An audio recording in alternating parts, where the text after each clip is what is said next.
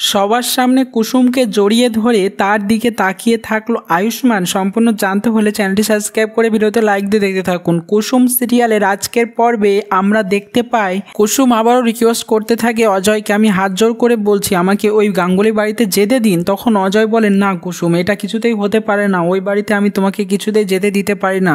আর তাছাড়া আমি তোমার সঙ্গে খারাপ ব্যবহার করেছি, তার জন্য ক্ষমা চাইছি। প্লিজ তুমি ওই বাড়িতে যেও না, আমার কথাটা শোনো, আমার হবু স্বামী হিসেবে কথা শোনো।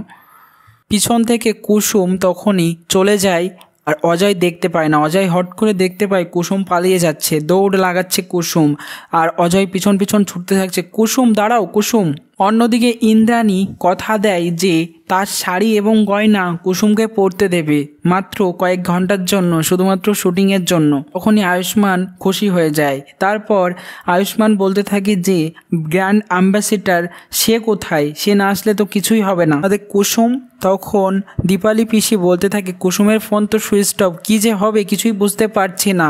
আর অন্যদিকে কুসুম আবারও ছুটতে ছুটতে একটা দেয়ালের পিছনে এসে দাঁড়ায় এবং তখনই অজয় হারিয়ে ফেলে কুসুমকে। সে আবার ছুটতে যায় এবং পিছন থেকে চলে যায় কুসুম, চলে আসে সে আবার। আর অন্যদিকে দীপালি পিসি কুসুমের সামনে এসে বলতে থাকে কি ব্যাপার, এত দৌড়ে দৌড়ে কেন আসছো তুমি? আর আজ তো তোমারই দিন কুসুম, কারণ তোমার দেবীমার শাড়ি গয়না তুমি পরতে চলেছ আজকে। তখন সেই কথা শুনে কুসুম অবাক হয়ে সে ভাবতে থাকে সেই দিনের কথা, যেই দিন ইন্দ্রাণীর শাড়িটা ছিঁড়ে ফেলেছিল কুসুম ভুল করে, সেই জন্য ইন্দ্রাণী তাকে চড় মেরেছিল।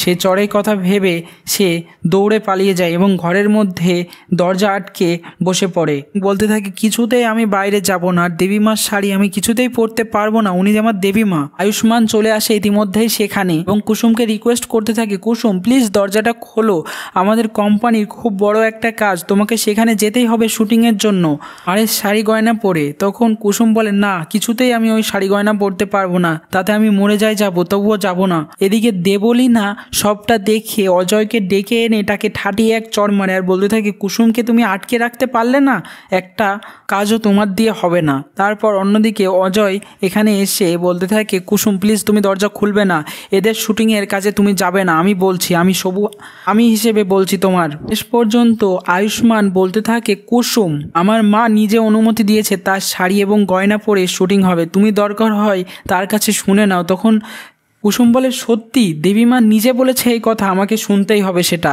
আমি এবার দরজা খুলবো সত্যি। তখনই কুসুম দরজা খুলে দেয় এবং সে পা হড়কে পড়ে যেতে যাবে, আয়ুষ্মান তাকে ধরে নেয়, তাকে জড়িয়ে ধরার মতো করে তার দিকে তাকিয়ে থাকে এক দৃষ্টিতে। এদিকে ঈশান মনে মনে বলতে থাকে ভাইটা যে ছাড়তেই চাচ্ছে না কুসুমকে, জাদুকরকে, হেব্বি লাগছে দুজনকে।